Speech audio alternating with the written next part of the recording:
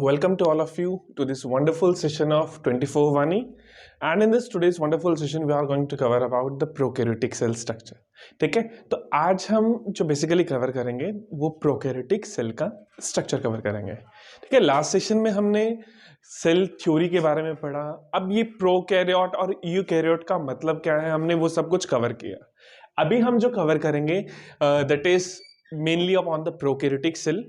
ठीक है, मेनली हम प्रोकैरियोटिक सेल के बारे में कवर करेंगे. लेकिन अगर हम जो ऑर्गेनिजम्स है अर्थ पर उनको कैटेगराइज करें कि कौन सा ऑर्गेनिज्म हमारे पास प्रोकैरियोट की कैटेगरी में है और कौन सा ऑर्गेनिज्म हमारे पास यूकैरियोट की कैटेगरी में है. ठीक है, कौन सा प्रोकैरियोट की कैटेगरी में है और कौन सा यूकैरियोट की कैटेगरी में है. तो हमारे जो बैक्टीरियाज हैं दे ऑल आर प्रोकैरियोट्स. हमारे पास जो माइकोप्लाज्मा है दे आर प्रोकैरियोट. जो हमारे पास ब्लू ग्रीन एल्गी है, नाम के साथ नहीं जाना इस केस में. ठीक है, जो हमारे पास ब्लू ग्रीन एल्गी है दे ऑल्सो आर प्रोकैरियोट्स. नाम एल्गी है बैक्टीरिया, फोटोसिंथेसिस करता है वो, इसलिए. ठीक है, अगर हम बात करें पीपीएलओ की, ये भी हमारे पास क्या है, प्रोकैरियोट. ठीक है, pleuro pneumonia like organism pathogenic है. ठीक है, कैसे है, पीपीएलओ पैथोजेनिक है, ये भी पैथोजेनिक है बहुत ज्यादा, ये भी पैथोजेनिक है. ब्लू ग्रीन एल्गी ऐसे बैक्टीरिया जो फोटोसिंथेसिस कर रहे हैं, साइनोबैक्टीरियाज, इनको हम बोल सकते हैं साइनोबैक्टीरियाज. ठीक है, माइकोप्लाज्मा के बारे में लास्ट सेशन में ही जिक्र किया है, गो थ्रू दैट अगर नहीं गए तो. ठीक है, तो ये हो गए हमारे प्रोकैरियोट. ठीक है, लेकिन जो किंगडम हमारा मोनेरा है, जो हमारा किंगडम मोनेरा है, वो सिर्फ एक किंगडम, सिर्फ एक मोनेरा किंगडम में ही है ये सब कुछ हमारा. ठीक है, ये सब कुछ कहां पे है, मोनेरा में. मोनेरा में सारे बैक्टीरिया आते हैं. लेकिन अगर हम यूकैरियोट की बात करें तो यूकैरियोट में बचे हुए सब, इसके बाद में कौन आएगा मोनेरा के बाद में, प्रोटिस्टा. मोनेरा के बाद में कौन आएगा हमारे पास, प्रोटिस्टा. प्रोटिस्टा के बाद में आएगी हमारे पास फंजाई. फंजाई के बाद में आएंगे हमारे पास plantae. Plantae and the animalia. Next category में यहीं पे लिख देता हूं, एनिमिलिया.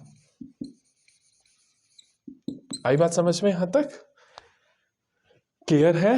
ठीक है, यूकैरियोट्स में प्रोटिस्टा, फंगस, प्लांटी, एनिमिलिया. अब हमने जो मेन टॉपिक कवर करना है that is the prokaryotic cell structure, structure of prokaryotic cell. चलें प्रोकैरियोटिक सेल के स्ट्रक्चर के साथ, let's move.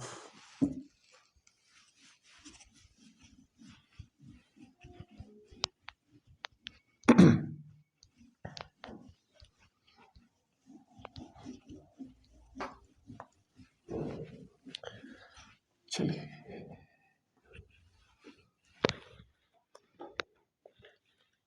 Structure of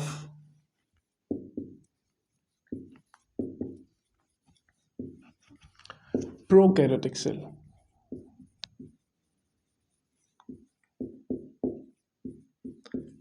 prokaryotic cell की स्ट्रक्चर की बात करते हैं. अगर हम प्रोकैरियोटिक सेल के स्ट्रक्चर की बात करें ना तो ड्रॉ करते हैं. ठीक है, सबसे पहले मैं ड्रॉ करता हूं यहां पे हमारे पास सेल मेम्ब्रेन. ये क्या है हमारे पास, एक सेल मेम्ब्रेन है. लिख दें यहां पे, ये क्या है, सेल मेम्ब्रेन. लिविंग सेल्स का कैरेक्टरिस्टिक ये होनी बहुत जरूरी है, ये नहीं है तो काम ही नहीं चलेगा. ठीक है, made up of lipids. Lipids और प्रोटीन से मिलकर बनी होती है हमारी जो सेल मेम्ब्रेन होती है. सेल मेम्ब्रेन के बाहर एक लेयर प्रेजेंट होती है, उस लेयर को कहा जाता है सेल वॉल. क्या कहेंगे, सेल वॉल. बना दें, अलग कलर से बनाते हैं, रेड से बना दें.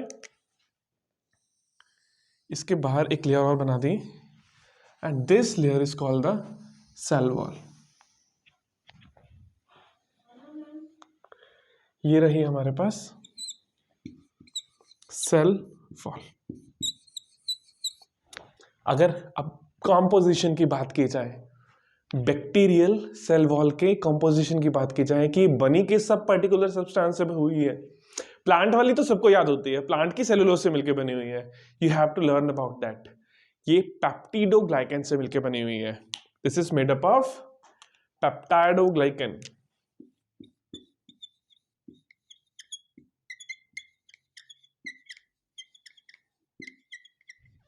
किससे बनी हुई है? पेप्टाइडोग्लाइकन से मिलकर बनी हुई है. ठीक है. इसके बाहर एक और लेयर प्रेजेंट हो सकती है. इसके बाहर एक और लेयर प्रेजेंट हो सकती है हमारे पास, and this layer is called the glycocalyx. ठीक है.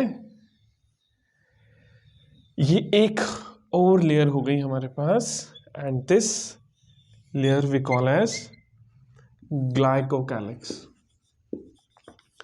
ग्लाइकोकैलिक्स. जो हमारे पास ये ग्लाइकोकैलिक्स वाली लेयर है ना, ये कार्बोहाइड्रेट्स वगैरह की बनी होती है. ये ग्लाइकोकैलिक्स दो तरह की हो सकती है. इट कैन बी सॉफ्ट और इट कैन बी हार्ड. ये सॉफ्ट भी हो सकती है, ये हार्ड भी हो सकती है.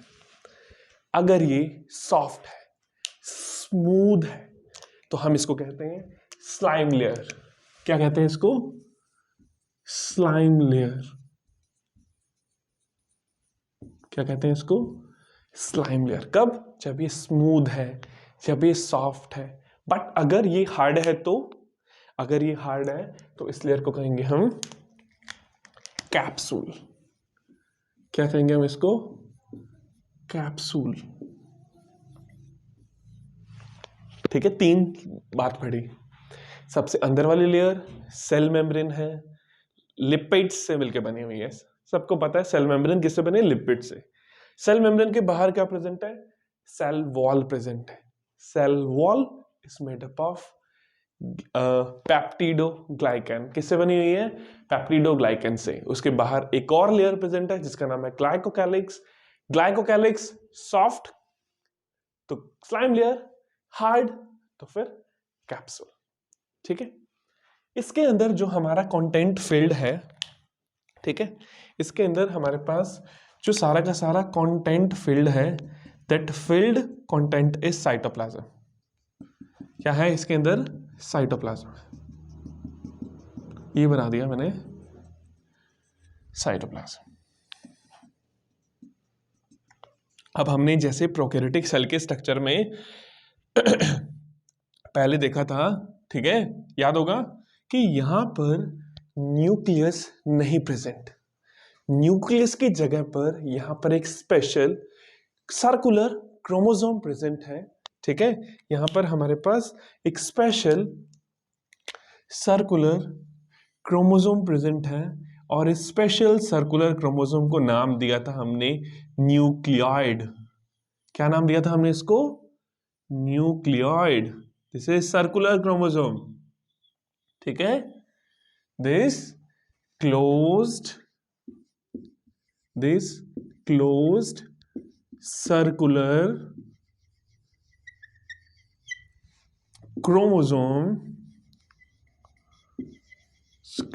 circular chromosome, क्या कहेंगे इसको हम?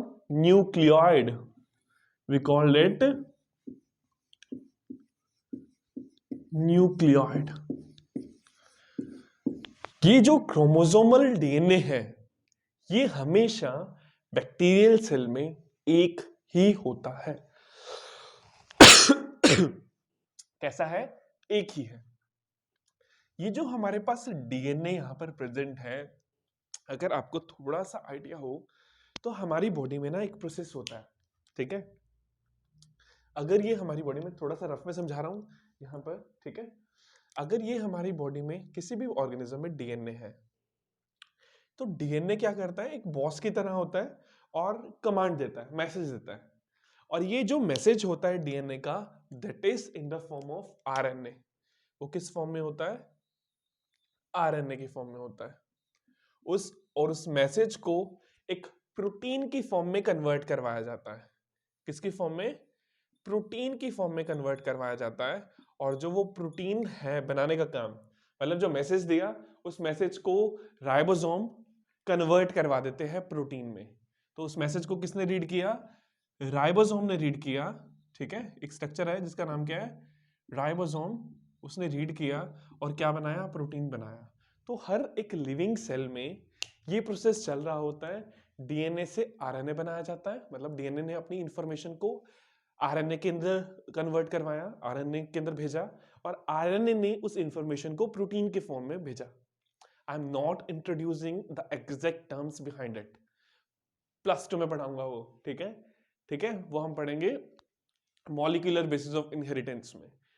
तो जब डीएनए आरएनए बनाएगा, आरएनए प्रोटीन बनाएगा, और यही एक प्रोटीन वो फंक्शनल पार्ट होगा जो एक्चुअल में रोल प्ले करेगा, जो कुछ फंक्शन परफॉर्म करेगा, किसी एंजाइम की तरह काम करेगा, किसी फिनोटाइपिक कैरेक्टर की तरह काम करेगा, जो हम देखेंगे। ठीक है, तो एग्जैक्टली ये जो डीएनए है यहां पर, ये भी आरएनए की फॉर्मेशन करेगा। इसका मतलब तो यही है ना, डीएनए यहां पर भी आरएनए बनाएगा। ठीक है, डीएनए यहां पर आरएनए बना रहा है। आरएनए से क्या बनेगा? यहां पर प्रोटीन बनेगा। तो अभी बताया आरएनए से प्रोटीन बनने के लिए यहां पर कुछ स्ट्रक्चर्स बाउंड करते हैं।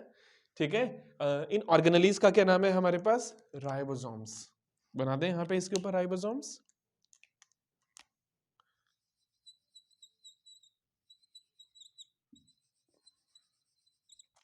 अगर हम राइबोसोम्स की बात करें तो यहां पर एक देखो डिफरेंस, मैंने ऐसे बताया था राइबोसोम्स प्रोकैरियोट में भी है, राइबोसोम्स यूकैरियोट में भी है।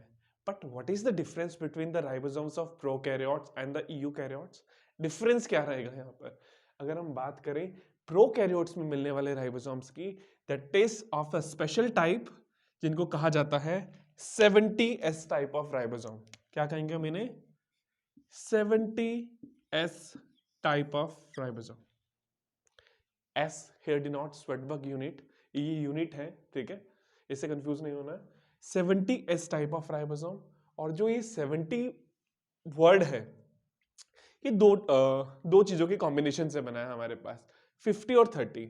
जो बड़ी वाली यूनिट है उसको कहा जाता है 50S यूनिट, और जो छोटे वाली यूनिट नीचे की तरफ बनाई, that is called the 30S unit. अब इस कंफ्यूजन में भी नहीं होना कि 50 और 30 तो 80 होते हैं, सर ने 70 कैसे लिख दिया? बस अभी के लिए इसको ऐसे याद कर लो।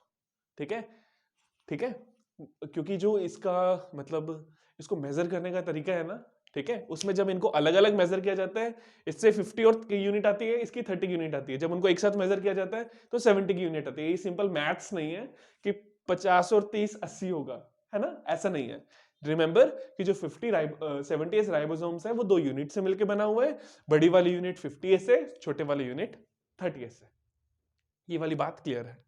राइबोसोम बाइंड कर चुका है, राइबोसोम प्रोटीन बनाएगा, तो राइबोसोम से प्रोटीन बनना स्टार्ट हो गया। ये हो गया राइबोसोम से प्रोटीन बनना स्टार्ट। राइबोसोम से प्रोटीन बनना स्टार्ट हो गया। देखिए अब एक बात है ना, राइबोसोम्स बहुत सारे हैं, और बहुत सारों के लिए हम एक टर्म यूज करते हैं, poly. But we use a term poly. और ये क्या है? राइबोसोम्स है, तो बहुत सारे राइबोसोम्स हो गए, पॉली राइबोसोम्स हो गए। And the poly ribosomes we called as the structure. इस स्ट्रक्चर को हम क्या कहेंगे? पॉली राइबोसोम कहेंगे। ओके, कभी कभी पॉली राइबोसोम के साथ साथ हम इसको पॉलीसोम भी बोल देते हैं। देखिए 70S 50 और 30 का कॉम्बिनेशन है। आई थिंक आपने नोट कर लिया होगा, नहीं किया तो अभी नोट कर लो, क्योंकि मैं इसको इरेज कर रहा हूं। ठीक है, ये यहां से मैंने कर दिया इरेज, क्योंकि मुझे अभी बहुत सारी चीजें समझानी है यहाँ पे। ठीक है, एक एक करके मिटाते रहेंगे उनको, सीखते रहेंगे। ठीक है, तो पॉलीराइबोसोम्स, ये जो स्ट्रक्चर है इसका नाम पॉलीराइबोसोम है। इसको पॉलीसोम भी कहा जाता है। We also call it polysome.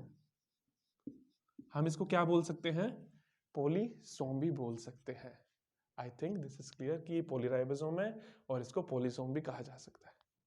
ठीक है, कोई मेम्ब्रेन बाउंड स्ट्रक्चर नहीं प्रेजेंट यहाँ पर।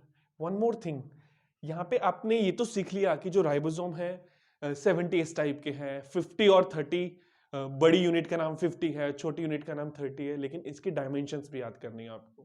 जो राइबोसोम के डायमेंशन है that is 15 nanometre by 20 nanometre. इसके डायमेंशंस क्या है हमारे पास, noted down, they are 15 nanometre by 20 nanometre. ये इसका डायमेंशन है राइबोसोम का।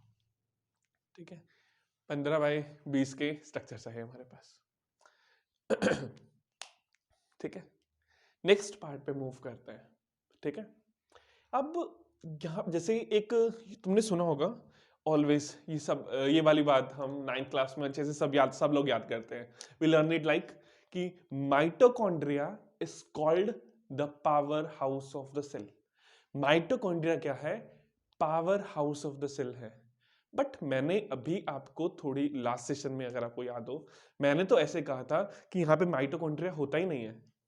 मैंने क्या कहा था, यहाँ पे माइटोकॉन्ड्रिया तो होता ही नहीं है। तो बेचारे की पावर कौन बनाएगा, है ना, कौन बनाएगा इसके लिए पावर। पावर बोले तो यहाँ पे एटीपी होता है, ठीक है ना, सबको पता होगा। एनर्जी सोर्स क्या होता है, एटीपी। तो यहाँ पर मेम्ब्रेन बाउंड ऑर्गेनेलीज ना होने की वजह से यहाँ पे अब्सेंट है हमारे पास माइटोकॉन्ड्रिया। तो माइटोकॉन्ड्रिया का जो एनालॉगस स्ट्रक्चर यहाँ पर प्रेजेंट होगा, दो structures are called the membrane mesosomes. क्या कहेंगे हम उनको, mesosomes. I am erasing these polysomes from here. ठीक है, इन पॉलीसोम्स को हम यहां से इरेज करते हैं और हम नेक्स्ट स्ट्रक्चर्स को लर्न करने के लिए आगे बढ़ते हैं। ठीक है, पॉलीसोम नहीं मिटा रहा हूं, बस जो लिखा हुआ है वही मिटा रहा हूं बस। ठीक है, हमने पॉलीसोम को नहीं मिटाना, क्योंकि लास्ट में आपको समराइज भी तो करवाएंगे इस सेशन को, है ना। ठीक है, ये हो गया हमारे पास। अब मीजोसोम की बात करते हैं। स्ट्रक्चर का क्या नाम बताया मैंने, मीजोसोम। किसका एनालॉगस है, माइटोकॉन्ड्रिया का एनालॉगस है। तो ये जो हमारे पास प्लाज्मा मेम्ब्रेन है ना, ये प्लाज्मा मेम्ब्रेन खुद की एक्सटेंशंस बनाती है, अंदर की तरफ कुछ इस तरीके की फोल्डिंग्स शो करती है। And these structures we called as mesosomes. ये किसके एनालॉगस है, ये माइटोकॉन्ड्रिया के एनालॉगस है। किसके एनालॉगस है, ये वो वाला फंक्शन परफॉर्म करेंगे। माइटोकॉन्ड्रिया एनर्जी बना रहा था, तो ये एनर्जी बनाने का काम करेंगे। आगे बात समझ में, ठीक है, एनालॉगस टू माइटोकॉन्ड्रिया।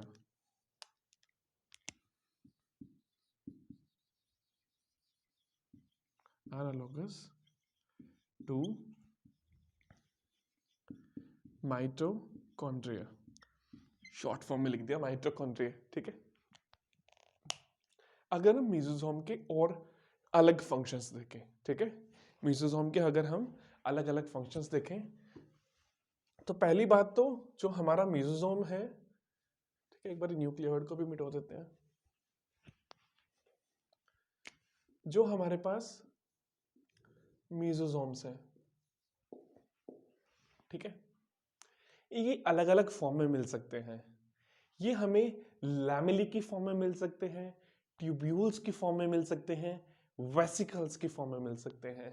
अगर हम बात करें इन स्ट्रक्चर्स की, इस तरीके से जो मैं अभी ड्रॉ कर रहा हूं, we called this structures as lamellae. क्या कहेंगे हम इन स्ट्रक्चर्स को, लैमेली कहेंगे। अगर मैं यहां पर इस तरीके से ट्यूब्स बना दूं इंटरकनेक्टेड, ये बना दी मैंने ट्यूब्स, ठीक है, इनको कहेंगे हम ट्यूब्यूल्स। क्या कहेंगे हम इनको, ट्यूब्यूल्स। और अगर मैं छोटे छोटे स्ट्रक्चर्स बना दूं इस तरीके से, वी कॉल देम वेसिकल्स। ठीक है, तो जो मेसोसोम्स हैं वो हमें लैमेली की फॉर्म में मिल सकते हैं, लैमेली की फॉर्म में मिल सकते हैं, ट्यूब्यूल्स की फॉर्म में मिल सकते हैं, और वेसिकल्स की फॉर्म में मिल सकते हैं। ये तो मेसोसोम्स की फॉर्म्स हो गई कि यहां पर ये अलग अलग फॉर्म में मिल सकते हैं। जैसे मैंने यहां पर लैमेली बनाई। अब इनका फंक्शन क्या क्या है, ये किस किस फंक्शन में रोल प्ले करते हैं। तो पहला फंक्शन नोट कीजिए आप इनका, सेल वॉल फॉर्मेशन। क्या करने में रोल प्ले करते हैं ये, सेल वॉल। ठीक है, बना लिया तो ठीक है, इसको मैं क्योंकि मुझे इरेज करना पड़ेगा। ठीक है, मीजोसोम्स के फंक्शन की अगर आप बात करें तो मीजोसोम्स के जो फंक्शंस हैं that is cell wall formation. ये सेल वॉल फॉर्मेशन में रोल प्ले करेंगे, cell wall formation. Cell wall पता है ना, ये रही सेल वॉल जो पेप्टाइड और ग्लाइकन की बनी हुई है, उसको फॉर्मेशन करने में रोल प्ले करेंगे। डीएनए के डुप्लीकेशन में रोल प्ले करेंगे, डीएनए डुप्लीकेशन। जब सेल डिवीजन के टाइम पर इस डीएनए को डबल करने की टर्न आएगी, इसको इसके 2 कॉपीज बनानी पड़ेगी, वहां पर ही अपना रोल प्ले करेंगे। Distribution of daughter nuclei. ठीक है, distribution of daughter nuclei. Daughter nuclei में जेनेटिक मटेरियल को डिस्ट्रीब्यूट करने के अंदर रोल प्ले करेंगे। अदर वर्क, इंपॉर्टेंट वाला माइटोकॉन्ड्रिया वाला काम, रेस्पायरेशन में रोल प्ले करेंगे। सिक्रीशन, अगर सेल से कुछ सिक्रीट करना है बाहर तो उसमें रोल प्ले करेंगे, सिक्रीशन में रोल प्ले करेंगे। रेस्पायरेशन में रोल प्ले करेंगे, सिक्रीशन में रोल प्ले करेंगे। जो हमारी प्लाज्मा मेम्ब्रेन है उसका सरफेस एरिया इंक्रीज करने में रोल प्ले करेंगे, ताकि कुछ एंजाइमेटिक एक्टिविटी, कुछ एंजाइमेटिक कंटेंट, कुछ एंजाइमेटिक फंक्शन परफॉर्म करना है तो उसके लिए सरफेस एरिया बढ़ जाए। तो यहां पर ये सरफेस एरिया को इंक्रीज करने में रोल प्ले करेंगे। ठीक है, तो हमने मेसोसोम्स देखा, ऐसे स्ट्रक्चर्स हैं जो एनालोगस है माइटोकॉन्ड्रिया के। माइटोकॉन्ड्रिया की एनालोगस से 3 तरह की फॉर्म में मिल सकते हैं, लैमेले की फॉर्म में मिल सकते हैं, ट्यूब्यूल्स की फॉर्म में मिल सकते हैं, वेसिकल्स की फॉर्म में मिल सकते हैं। इनके फंक्शंस को स्टडी किया, इनके फंक्शंस क्या क्या है, सेल वॉल की फॉर्मेशन में रोल प्ले करेंगे, जेनेटिक मटेरियल के डुप्लीकेशन में रोल प्ले करेंगे, distribution to the daughter cells में रोल प्ले करेंगे, रेस्पायरेशन कर रहे हैं, सिक्रीशन कर रहे हैं, प्लाज्मा मेम्ब्रेन का सरफेस एरिया इंक्रीज कर रहे हैं। ये कुछ फंक्शंस हैं मेसोसोम के जो आप सबको पता होने चाहिए।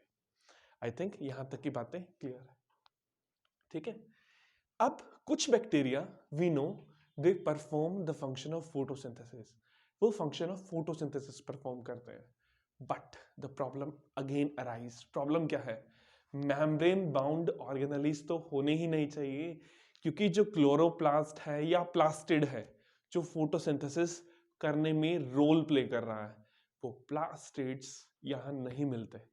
प्रॉब्लम इज प्लास्टिड्स यहां नहीं मिलते। तो यहां क्या मिलेगा, जैसे माइटोकॉन्ड्रिया की जगह यहां पर मेसोसोम मिला है, वैसे ही क्लोरोप्लास्ट की जगह पर यहां पर क्रोमेटोफोर्स मिलेंगे। क्या स्ट्रक्चर्स मिलेंगे, क्रोमेटोफोर्स मिलेंगे। तो मेम्ब्रेन की फोल्डिंग बनाएं अंदर की तरफ, और उसके अंदर हम पिगमेंट्स को इकट्ठा कर दें, बैक्टीरियल पिगमेंट्स को इकट्ठा कर दें। ये हो गए बैक्टीरियल पिगमेंट्स, और इस स्ट्रक्चर को हम क्या कहेंगे, we call this structure as chromatophore. इस स्ट्रक्चर का नाम क्या है हमारे पास, क्रोमेटोफोर।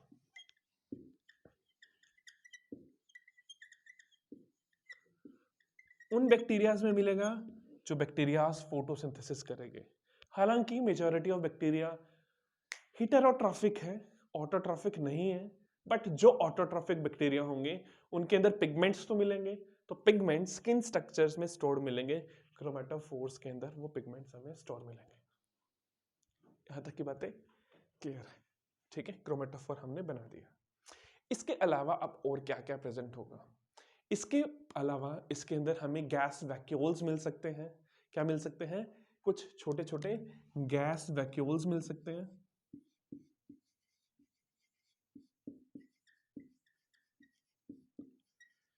गैस वैक्यूल्स कहाँ मिलेंगे, ब्लू ग्रीन बैक्टीरिया में मिलेंगे, पर्पल बैक्टीरिया में मिलेंगे, ग्रीन फोटोसिंथेटिक बैक्टीरिया में मिलेंगे। तो कहां कहां मिलेंगे हमें structures, blue green bacteria, gas vacuoles की बात बता रहा हूं कहां कहां मिलेंगे, blue green and purple bacteria, and green photosynthetic bacteria, green photosynthetic bacteria. इन जगहों पर हमें हमारा जो गैस वैक्यूल्स है ये वैक्यूल्स मिलेंगे। इसके अलावा अगर हम बात करें नेक्स्ट स्ट्रक्चर्स की, तो यहाँ पर हमें कुछ कुछ स्टोरेज बॉडीज नजर आएंगी। स्टोरेज बॉडीज को हम यहाँ पर कुछ इस तरीके से बना सकते हैं। ये मैंने बना दी इंक्लूजन बॉडीज। क्या बना दी मैंने यहाँ पर? इंक्लूजन बॉडीज बना दी। ठीक है, इनके लिए हम यूज करते हैं हम इंक्लूजन बॉडीज। Inclusion bodies. अब ये इंक्लूजन बॉडीज है क्या? देखिए, रिजर्व फूड मटेरियल सबको चाहिए, सब घर में अनाज स्टोर करते हैं, है ना? थोड़ा करें या ज्यादा करें, that is a different thing. लेकिन सबकी बॉडी में कुछ ना कुछ स्टोर होता है। जैसे हमारी बॉडी के अंदर ग्लाइकोजन स्टोर होता है। अगर हम प्लांट्स की बॉडी की बात करें तो दे स्टोर स्टार्च। लेकिन अगर हम इन बैक्टीरियाज की बात करें, what they are going to store? They can store phosphate granules, they can store cyanophycean starch, और they can store glycogen granules. तो इनकी इंक्लूजन बॉडीज किन किन टाइप की हो सकती हैं, ये साइड वाला मैं इरेज कर रहा हूं। ठीक है, इनकी इंक्लूजन बॉडीज या जो स्टोरेज बॉडीज हैं वो कैसी होंगी? ठीक है, इनकी बॉडीज हमारे पास फॉस्फेट के ग्रेन्यूल स्टोर कर सकती हैं। दे कैन कंटेन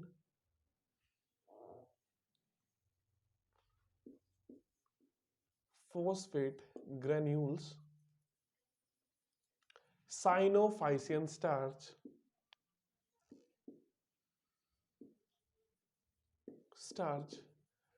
और द ग्लाइकोजन ग्रेन्यूल्स। ये ग्लाइकोजन के ग्रेन्यूल्स को भी स्टोर करते हैं। ये हो गया हमारा इनके बारे में स्टोरेज स्ट्रक्चर्स के बारे में। ठीक है, नेक्स्ट पार्ट में मूव करते हैं इसके। अब जो हमारे ये बैक्टीरिया हैं, जैसे मैं अब आपके सामने मूव कर रहा हूं, दे कैन ऑल्सो मूव, ये भी मूव कर सकते हैं।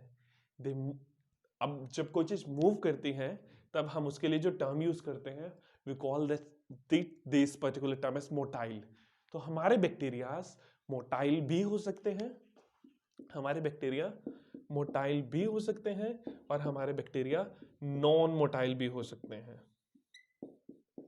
They can be motile and they can be non motile. Motile भी होंगे, नॉन मोटाइल भी होंगे। अगर हम बात करें मोटिलिटी की, कि मोटाइल है, तो इनके पास कुछ मोटिलिटी स्ट्रक्चर्स प्रेजेंट होंगे, जिनको हम क्या बोलते हैं? फ्लैजेला बोलते हैं। क्या बोलते हैं? फ्लैजेला बोलते हैं। तो अब फाइनली मुझे बाहर वाली चीजों को इरेज करना पड़ेगा और चीजों को इंट्रोड्यूस करने के लिए। तो जिन्होंने कुछ नोट करना है इस पर्टिकुलर डायग्राम में से, देन दे कैन नोट। ठीक है, चलते हैं आगे, क्योंकि मुझे बाहर बाहर वाला सब कुछ इरेज करना है अब एक बार।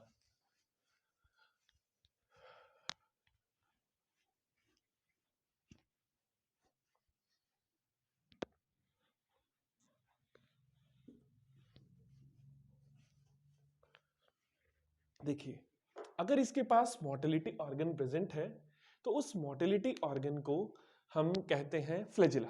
क्या बोलते हैं हम उसको? फ्लैजिला।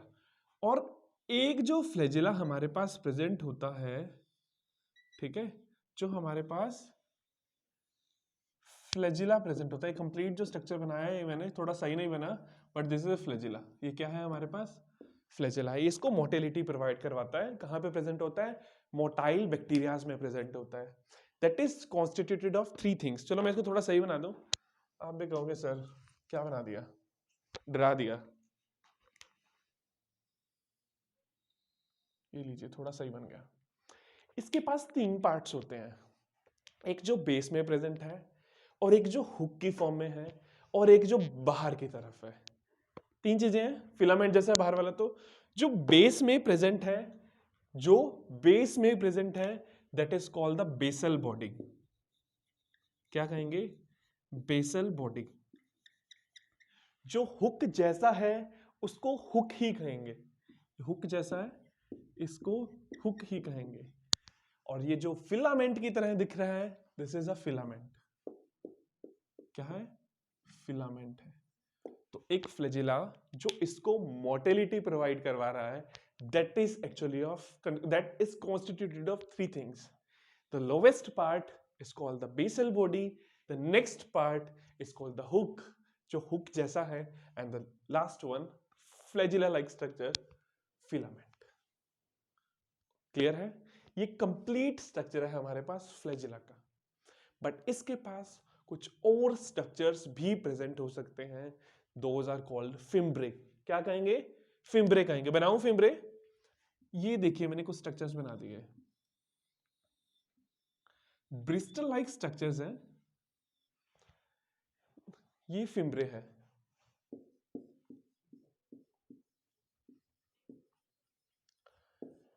फिम्ब्रे, फिम्ब्रे का क्या काम है? मोटिलिटी तो इसने प्रोवाइड करवाई दी एक बार. जो फिम्ब्रेज है ना एक्चुअल के अंदर, वो बैक्टीरिया को कहीं पर होल्ड करने में रोल प्ले करते हैं. क्या करने में? होल्ड करने में. मान लो एक बार के लिए मैं बैक्टीरिया हूं और ये जो जगह दिख रही है आपको, ये एक पानी का झरना है. ठीक है, मैं बैक्टीरिया हूं और ये बोर्ड ना होकर एक पत्थर की चट्टान है. You can assemble. तीन चीजें बताई. ये एक पत्थर की चट्टान है, मैं एक बैक्टीरिया हूं और यहां पर ये पानी बह रहा है, एक स्ट्रीम है, और मैं इस पानी के साथ बहना नहीं चाहता. तो मैं क्या करूंगा? फिम्ब्रे की हेल्प से, इन फिम्ब्रे की हेल्प से मैं इस पत्थर की चट्टान पर चिपक जाऊंगा, ताकि ये जो बहता हुआ पानी है मुझे अपने साथ लेना चाहे. मतलब कि to hold on in high stream conditions, जो वहां जहां पर जो झरने जैसी कंडीशन है, पानी बह रहा है और बैक्टीरिया बहना नहीं चाहता, तो वो फिम्ब्रे की हेल्प से अपने आप को होल्ड करने में रोल प्ले करेगा. क्या करने में रोल प्ले करेगा? होल्ड करने में रोल प्ले करेगा. यहां तक की बात शायद तक क्लियर है. चले नेक्स्ट मूव करते हैं. बैक्टीरिया तो बहुत बड़ा हो गया, चलो कोई नहीं, समझ आ रहा होगा आई थिंक सबको. No issue at all. Next part पे मूव करते हैं. इसी के मैंने ऐसे कहा था कि जो क्रोमोसोमल डीएनए होता है प्रोकैरियोट्स में, ये एक होता है. कितना होता है? ये एक होता है. बट क्या? ठीक है, ये क्रोमोसोमल डीएनए है. एक्स्ट्रा क्रोमोसोमल डीएनए जो क्रोमोसोम से बाहर है, क्रोमोसोम से अलग है, वो इसमें मिल सकता है. ठीक है, तो मैं कुछ बनाना चाहूंगा यहां पर एक्स्ट्रा क्रोमोसोमल डीएनए. जो बैक्टीरिया में जो कुछ लिखा हुआ है, अगर कोई नोट करना चाहता है अंदर वाला कंटेंट तो कर सकता है, because now I am going to erase this. ठीक है, क्रोमेटोफोर को इरेज कर दिया. इंक्लूजन बॉडीज को थोड़ा इरेज कर देते हैं क्योंकि हमें जगह चाहिए, जगह की कमी है.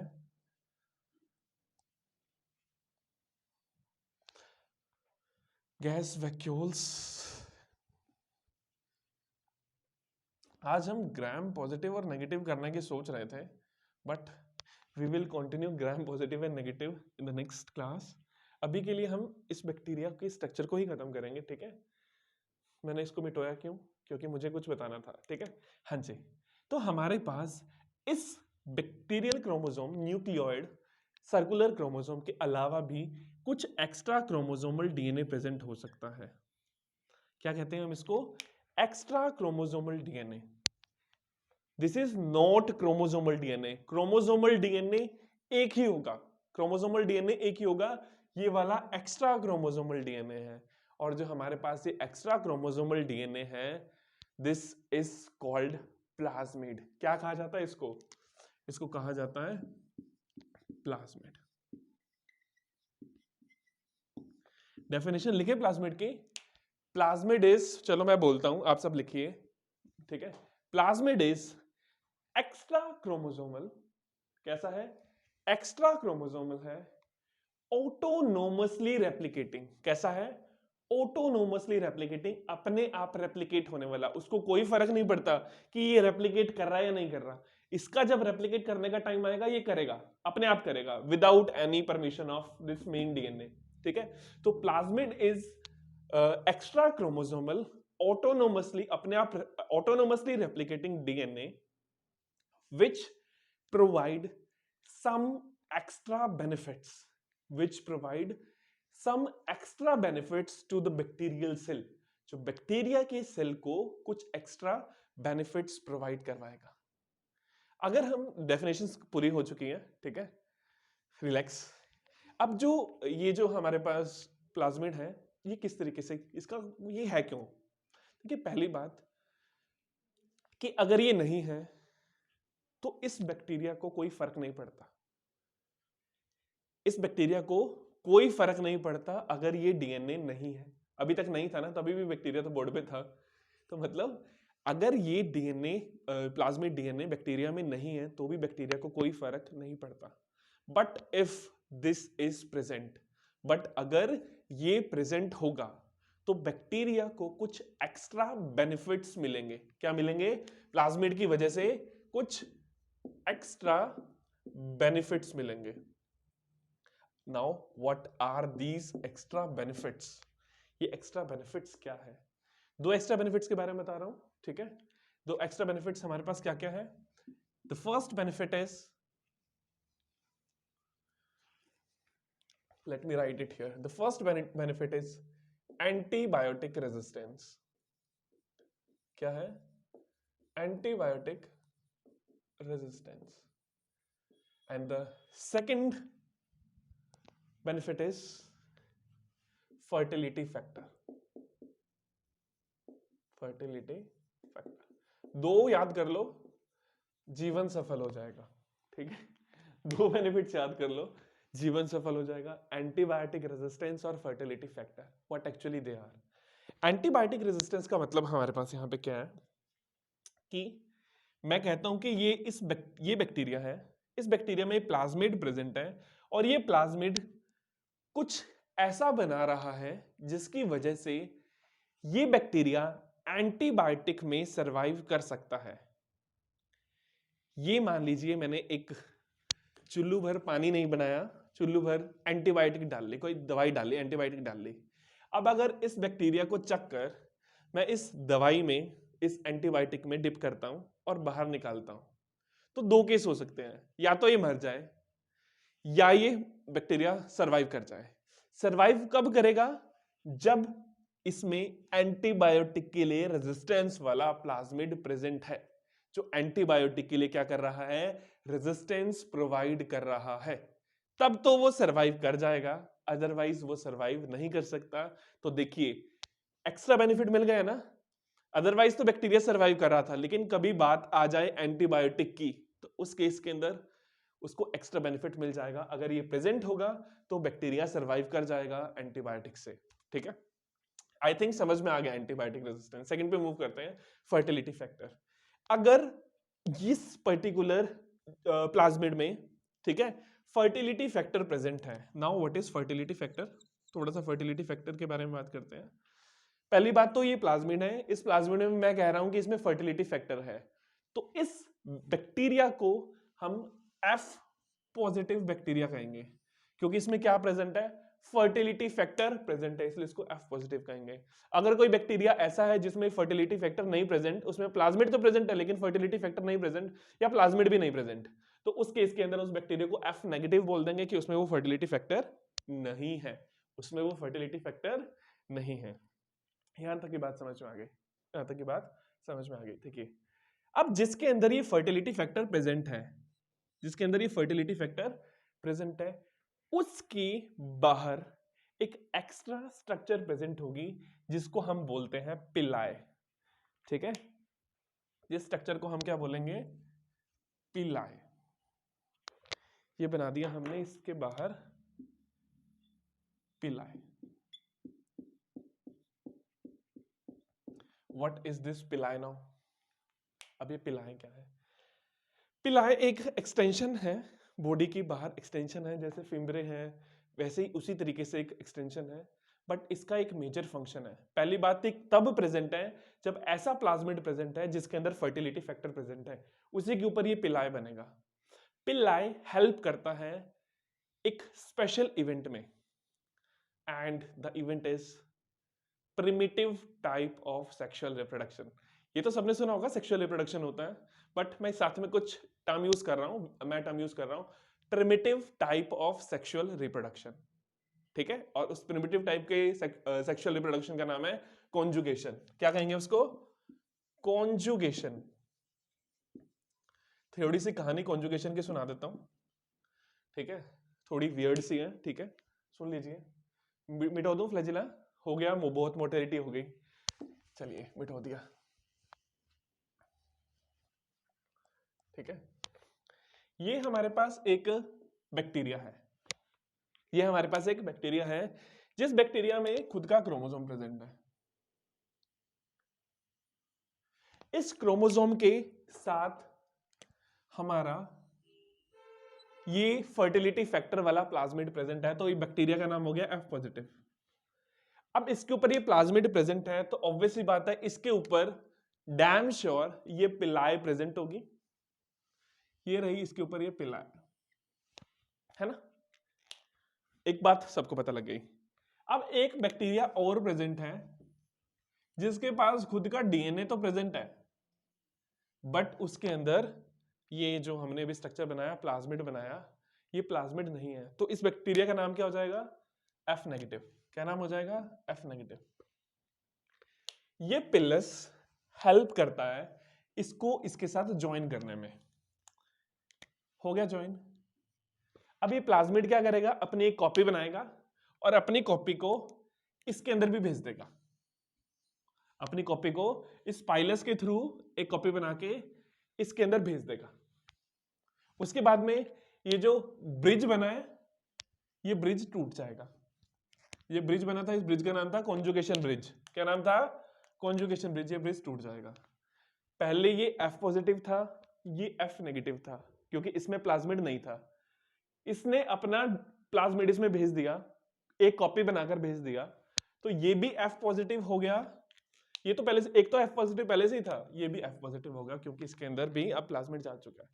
तो देखिए, वैसे तो बैक्टीरिया सेक्सुअल रिप्रोडक्शन नहीं कर सकता। अब सेक्सुअल रिप्रोडक्शन का मतलब क्या होता है? कि जीन्स भेज देना, खुद के जीन्स किसी और में भेज देना, यही होता है ना। अब एक बैक्टीरिया सोचे कि मुझे सेक्सुअल रिप्रोडक्शन करना है, मैं आज स्पर्म बनाऊंगा, मैं आज एग बनाऊंगा और मैं फिर उसको फर्टिलाइजर कराऊंगा।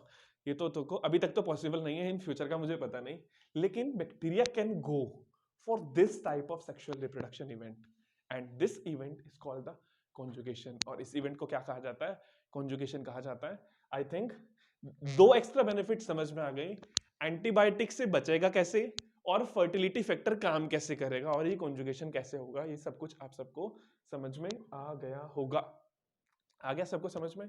ठीक है, तो मैं आज के सेशन को यहीं पर समराइज कर सम अप करता हूं, और नेक्स्ट सेशन के अंदर हम सबसे पहले ग्राम positive and gram negative bacteria देखेंगे कि किस तरीके से इनको डिफरेंशिएट किया जाता है। ठीक है, तो let's summarise our today session. हमने सबसे पहले क्या स्टडी किया? हमने देखा कि जो प्रोकैरियोट्स होते हैं उसमें सिर्फ मोनेरा आता है, प्रोकैरियोट्स की कैटेगरी में सिर्फ मोनेरा आता है। और हमने ऑर्गेनिजम्स देखे जैसे कि TPLO, हमने देखा माइकोप्लाज्मा, हमने देखा बैक्टीरिया, हमने देखा साइनोबैक्टीरिया, ये सभी प्रोकैरियोट्स की कैटेगरी में थे। बचे हुए सभी, चाहे वो प्रोटोजोन है, चाहे वो एल्गी है, चाहे वो प्लांट है, चाहे वो एनिमल है, सबके सब यूकैरियोट्स की कैटेगरी में थे। ठीक है, फिर हमने प्रोकैरियोटिक सेल का स्ट्रक्चर देखा कि उसके पास सेल मेम्ब्रेन प्रेजेंट है, उसके पास सेल वॉल प्रेजेंट है, सेल वॉल पेप्टाइडोग्लाइकन का बना हुआ था, उसके बाहर ग्लाइकोकैलिक्स है। ग्लाइकोकैलिक्स 2 तरह का हो सकता है, दैट कैन बी कौन कौन सी 2 फॉर्म थी? हाँ, that can be hard, that can be smooth. अगर स्मूथ है तो स्लाइम लेयर, अगर हार्ड है तो कैप्सूल। ठीक है, फिर हमने देखे इनके अंदर न्यूक्लियोइड प्रेजेंट है, कोवेलेंटली क्लोज्ड सर्कुलर डीएनए, जिसको न्यूक्लियोइड कहा। इससे आरएनए बनता है, आरएनए से प्रोटीन बनता है, राइबोसोम बनाता है। जब आरएनए के ऊपर बहुत सारे राइबोसोम अटैच हो गए, हमने उसे पॉलीराइबोसोम कहा या पॉलीजोम कहा। राइबोसोम 70S टाइप के थे, 50 और 30 से मिलकर बने थे। 50 और 30 80 होता है, बट फिर भी 70 था। ठीक है, दिमाग में बिठा लो। नेक्स्ट, मीजोसोम के बारे में बात की। मीजोसोम्स कुछ ऐसे स्ट्रक्चर्स हैं जो लैमेली, ट्यूब्यूल्स, वेसिकल्स की फॉर्म में होते हैं। सेल वॉल की फॉर्मेशन में, डीएनए की डुप्लीकेशन में, distribution of daughter cells, respiration, secretion, surface area को इंक्रीज करना, इतने सारे काम कर रहे थे मीजोसोम। फोटोसिंथेटिक बैक्टीरिया में क्रोमेटोफोर जैसे स्ट्रक्चर थे जो फोटोसिंथेसिस में रोल प्ले कर रहे थे। फिर हमने बात की थी प्लाज्मिड की, तो प्लाज्मिड ऐसा स्ट्रक्चर था हमारे पास जो एक्स्ट्रा क्रोमोसोमल था, ऑटोनोमसली रेप्लिकेटिंग था, ये जो दो बेनिफिट्स लिखे, antibiotic resistance, fertility factor provide करवा रहा था। बैक्टीरिया मोटाइल भी हो सकता है, नॉन मोटाइल भी हो सकता है। मोटाइल वाले में फ्लैजिला बनाया था। फ्लैजिला के 3 पार्ट, बेसल बॉडी, हुक और फिलामेंट। फिम्ब्रे, बहते झरनों में बैक्टीरिया जाना नहीं चाहता, तो अच्छे से अपने आप को फर्मली मतलब अटैच कर लेगा किसी रॉक के ऊपर, ठीक है, ताकि ताकि वो आगे स्ट्रीम में बहे ना। सिंपल सी बात ये थी, ठीक है। उसके बाद में हमने पिलाई के बारे में देख लिया। हमने उसके बाद में गैस वैक्यूल्स की बात की थी कि कुछ गैस वैक्यूल्स प्रेजेंट होते हैं blue, green, purple and the green photosynthetic bacteria के अंदर। फिर हमने इनके अंदर इंक्लूजन बॉडीज की बात की थी कि किस किस फॉर्म के अंदर ये फूड को स्टोर करते हैं। इंक्लूजन बॉडी में फॉस्फेट के ग्रेन्यूल्स थे, साइनोफेसिन स्टार्च था, ग्लाइकोजन के ग्रेन्यूल्स थे। आई थिंक सबको समझ आया होगा, ठीक है। So thank you all of you for for your, ठीक है, आपने इतना ध्यान से सुना। Okay, bye bye, good night.